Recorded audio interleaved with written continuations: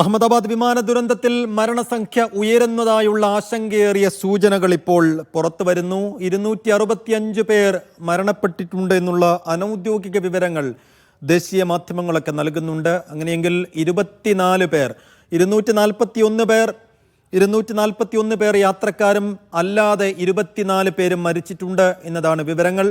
ഈ 24 പേരിൽ മെഡിക്കൽ വിദ്യാർത്ഥികളുണ്ട്, ഒപ്പം ആ പ്രദേശവാസികളായ നാട്ടുകാരുമുണ്ട് എന്നതാണ് ഞെട്ടിക്കുന്ന വിവരം. അങ്ങനെയെങ്കിൽ ഈ ഹോസ്റ്റലിനകത്ത് ആ സമയമുണ്ടായിരുന്ന വിദ്യാർത്ഥികൾക്കൊപ്പം നാട്ടുകാരും മരണപ്പെട്ടവരിലുണ്ട് എന്ന വിവരങ്ങളാണ് പുറത്തു വരുന്നത്. 265 പേർ മരിച്ചിട്ടുണ്ട് എന്ന അനൗദ്യോഗിക വിവരങ്ങൾ പുറത്തു വരികയാണ്. ചില അന്തർദേശീയ മാധ്യമങ്ങൾ, റോയിട്ടേഴ്സ് ഉൾപ്പെടെയുള്ള ചില അന്തർദേശീയ മാധ്യമങ്ങൾ 290-ലധികം പേർ മരിച്ചു എന്ന അനൗദ്യോഗികമായ വിവരങ്ങൾ നൽകുന്നുണ്ട്. പക്ഷേ അക്കാര്യങ്ങളിലൊക്കെ ഒരു വ്യക്തത വരണം. വരും മണിക്കൂറുകളിൽ അത് വരും എന്ന് നമ്മൾ പ്രതീക്ഷിക്കുകയാണ്.